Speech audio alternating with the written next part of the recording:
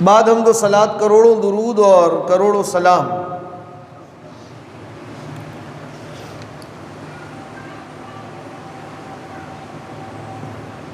بارگاہ نبی آخر الزمان صلی اللہ تعالی علیہ وآلہ وسلم میں کروڑوں درود و سلام ہو۔ سید عالم نور مجسم شفیع معظم نبی مکرم رسول اعظم صلی اللہ تعالی علیہ وآلہ وسلم کا فرمان مغفرت نشان ہے کہ جو شخص 3 مرتبہ صبح کو اور 3 مرتبہ شام کو درود پاک پڑھے، فرمایا کہ اللہ کے ذمے حق ہے کہ اس کے دن اور رات کے گناہوں کو معاف فرما دے۔ حصول رحمت کے لیے پڑھی اللہم صلی علی سیدنا مولانا محمد معدن الجود والکرم والی بارک وسلم صلاۃ و سلام علیک یا رسول اللہ۔ اللہ تبارک و تعالیٰ قرآن مجید فرقان حمید میں ارشاد فرماتا یا ایھا الذین آمنوا اتقوا اللہ، اے لوگوں جو ایمان لائے، یا اے ایمان والو، اتقوا ڈرو، اور آمنوا اتقوا اللہ، اے وہ لوگوں جو ایمان لائے اللہ سے ڈرو۔ اور اس کے ایک معنی یہ بنتے ہیں کہ پرہیزگاری اختیار کرو، اور زیادہ قوی قول کیا ہے کہ اتقوا اللہ، اللہ سے ڈرو۔ پھر فرمایا کہ حق تقاتہ، یا ایھا الذین آمنوا اتقوا اللہ حق تقاتہ، ایسا ڈرو کہ جیسے اس سے ڈرنے کا حق ہے۔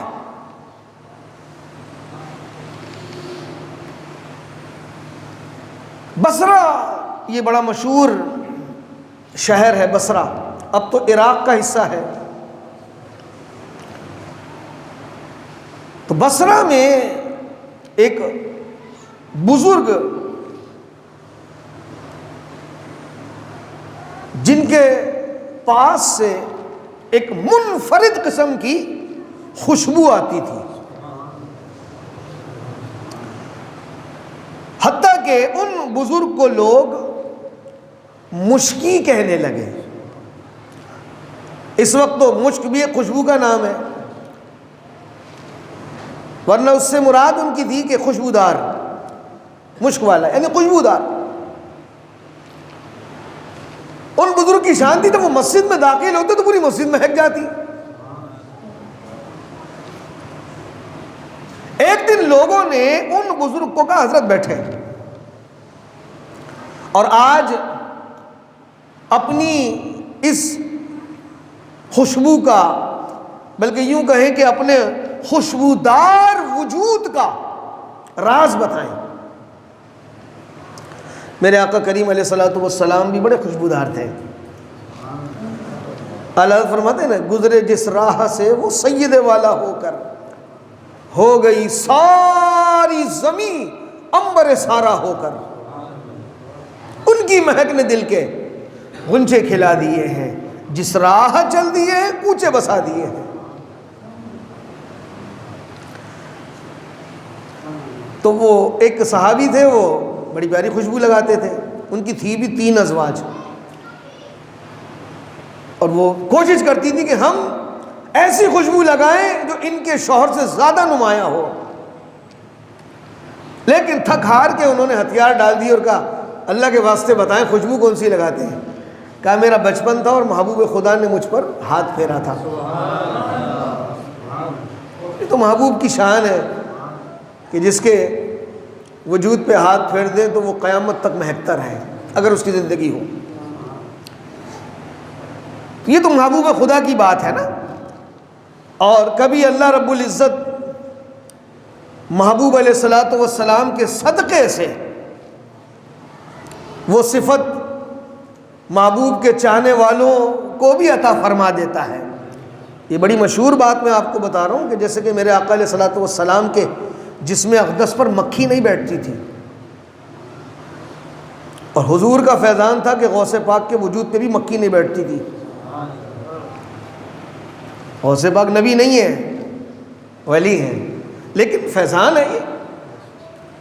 اب وہ بات کیا ہے کہ حضرت مشکی رحمت اللہ تعالی علیہ لوگوں نے پکڑ لیا، کہا اب آج تو آپ بتا ہی دیں، کہا اس کو رہنے دو اس بات کو، کہا نہیں آج ہم آپ کو جانے نہیں دیں گے جب تک آپ اس بات کا اظہار نہیں کریں گے کہ آپ کے وجود سے جو خوشبو آتی ہے وہ کون سی ہے۔ کہا میں کوئی خوشبو نہیں لگاتا۔ تو پھر کیوں مہکتے ہیں؟ نظروں کو جھکا کر آپ نے اشکبار آنکھوں سے بتایا کہ میرا بچپن تھا، چھوٹا تھا، اور ایک بزاز کپڑے کے تاجر کے پاس میں نوکری کرتا تھا،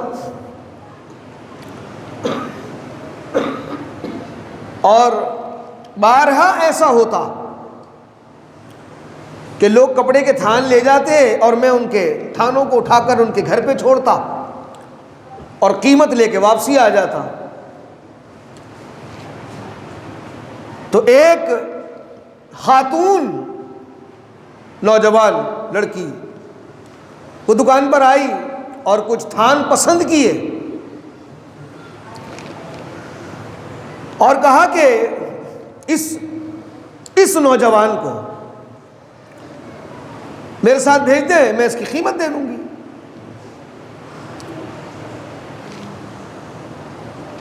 کہا ٹھیک ہے۔ کہا میں نے اپنے بڑے خوبرو تھے، یہ نوجوان تھے، اٹھتی بھی جوانی تھی، کام میں بڑے پھرتیلے تھے، فٹافٹ تھان کندھے پہ رکھے اور ساتھ ساتھ چل دیے۔ کہا میں وہ خاتون جو ہے وہ ایک حویلی، ایک بڑا سا لگژری مکان تھا نا، بڑا سا مکان تھا، اس پر جا کے رکی اور مجھے بلایا۔ میں اندر چلا گیا، کہا یہاں بیٹھ جاؤ، میں تمہیں ابھی قیمت لا کے دیتی ہوں، پیسے۔ کہا جب وہ نوجوان دوشیزہ آئی تو اس نے گھر کے سارے دروازے بند کرنا شروع کر دیے۔ میں گھبرایا، اللہ جانے کیا معاملہ ہوگا۔ کہ یک لخت اس دوشیزہ نے مجھے گناہ کی دعوت دی۔ میں نے چندھا اس بات سے انکار کیا کہ اللہ سے ڈرو، بدکاری تو بہت بڑا گناہ ہے۔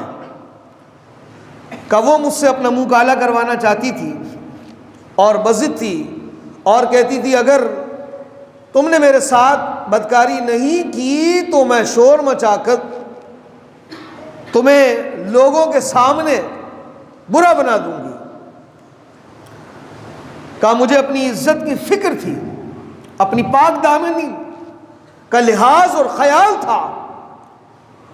میں نے کہا اچھا مجھے حاجت ہے، یعنی واش روم جانا ہے۔ کہا میں، اس نے کہا جاؤ اپنی حاجت پوری کر لو۔ کہا میں نے باتھ روم میں جا کر غلاظت کو اپنے پورے وجود پر مل لیا، اور جب میں اس کے سامنے آیا تو وہ پاگل پاگل کہہ کے پکارنے لگی، اور میں جھٹ پٹ دوڑتا ہوا اوپر گیا، دروازے چونکہ بند تھے، اور پھر میں نے بغیر سوچے سمجھے بالائی منزل سے چھلانگ لگا دی۔ دیکھیں جب عزت پر آتی ہے تو انسان کہتا ہے جان جائے گی نا، عزت بڑی چیز ہے۔ کہا جب میں نے چھلانگ لگائی تو اچانک کسی نے مجھے اپنے پروں میں لے کر زمین پر رکھ دیا۔ میں قریب پانی کے ایک نہر کے پاس گیا، اس غلاظت کو دھویا۔ کہا اس دن کے بعد سے آج تک میرے وجود سے وہ خوشبو آتی رہتی ہے۔ یہ جو حکایت ہے نا، یہ اس میں بہت ساری چیزیں ہیں۔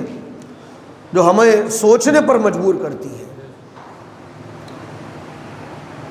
فی زمانہ جو ہے نا یہ گناہ جسے ہم کہتے ہیں بدکاری،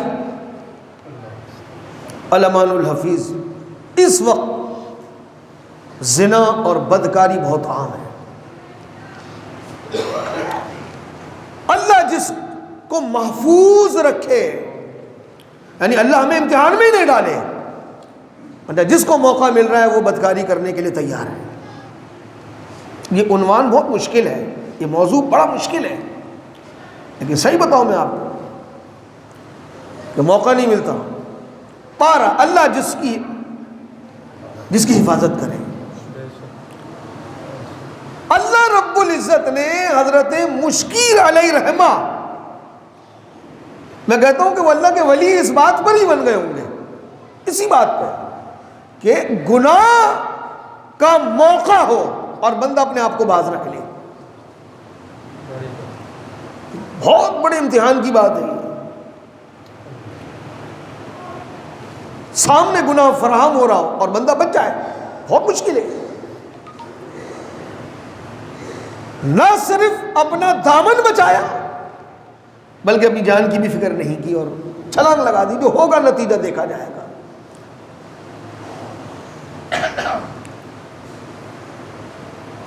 اللہ رب العزت نے ان کی جان کی بھی حفاظت فرمائی اور گناہ سے بھی باز رکھا، اور اپنی عزت بچانے کے لیے جس غلاظت کو اپنے اوپر ملا، اللہ نے اس کے بدلے میں ان کو خوشبودار بنا دیا. برسوں گزر گئے، جوانی سے بڑھاپے کو چلے گئے، ان کے وجود سے ایک منفرد خوشبو آتی تھی.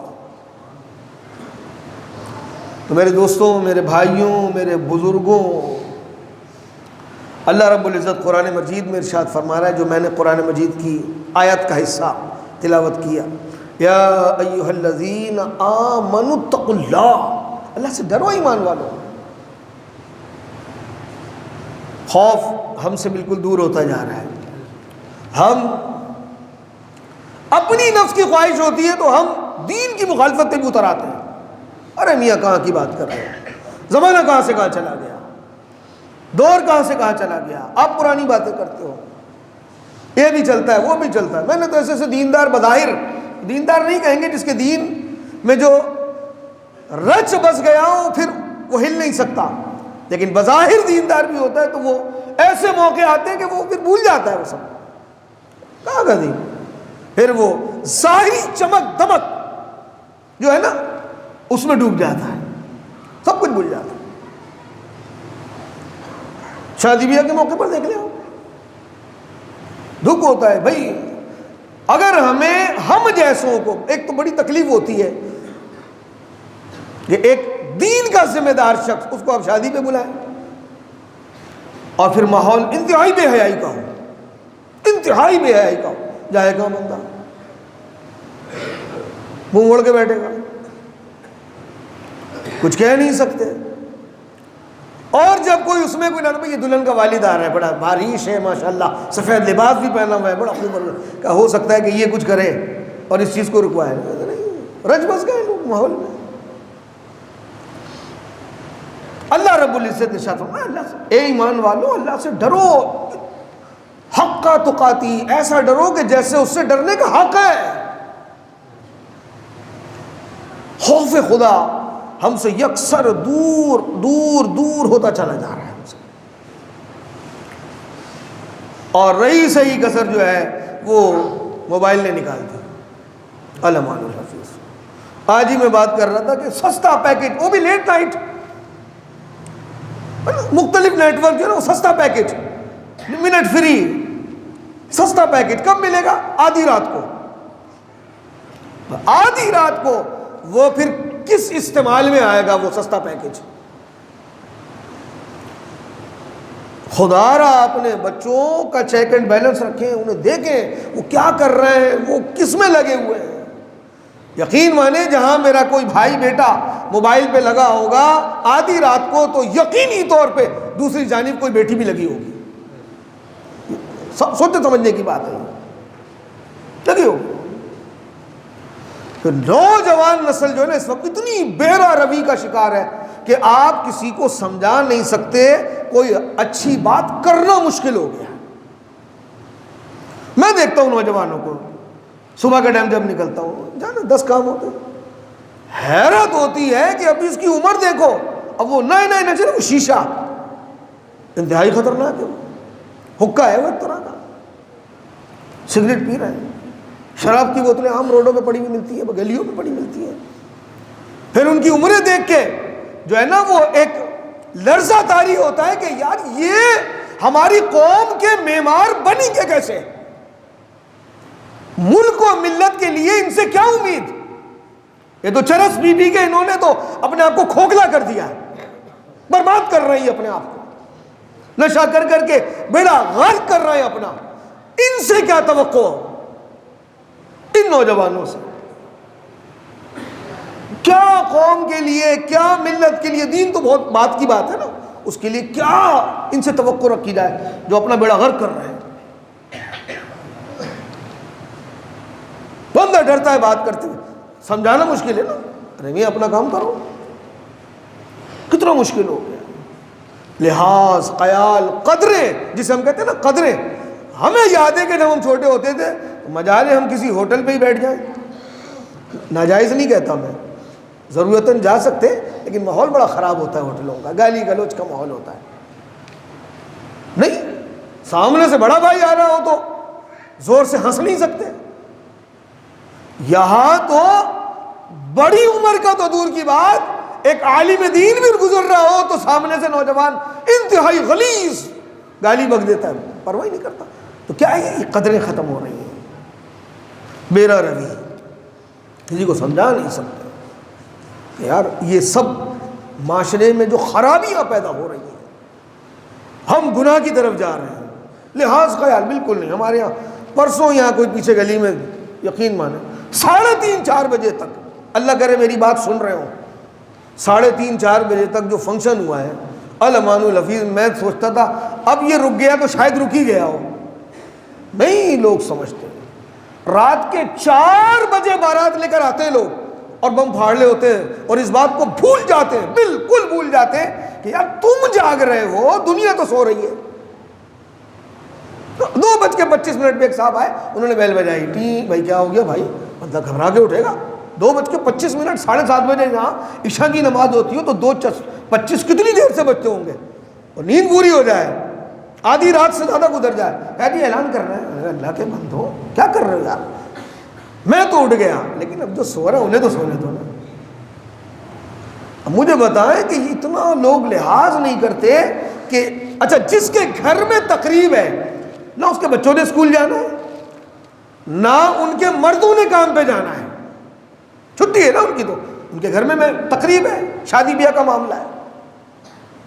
اب وہ دن کو اٹھیں گے 3 بجے, اور جس کے بچوں نے اسکول جانا ہے, جس نے کام پہ جانا ہے, جس نے فجر میں اٹھنا ہے, اس کا کیا قصور ہے.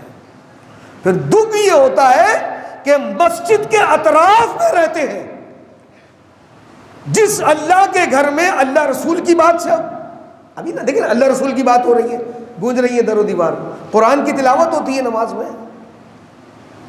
اذان سے گونجتی ہے, وہ اللہ کا گھر میوزک سینٹر بنا ہوا ہوتا ہے, وہ بڑے بڑے اسپیکر چل رہے ہوتے ہیں, مسجد میں آواز گونج رہی ہوتی ہے. اس کا وبال نہیں پڑے گا, بالکل پڑے گا, اور ہاتھوں ہاتھ ملے گا.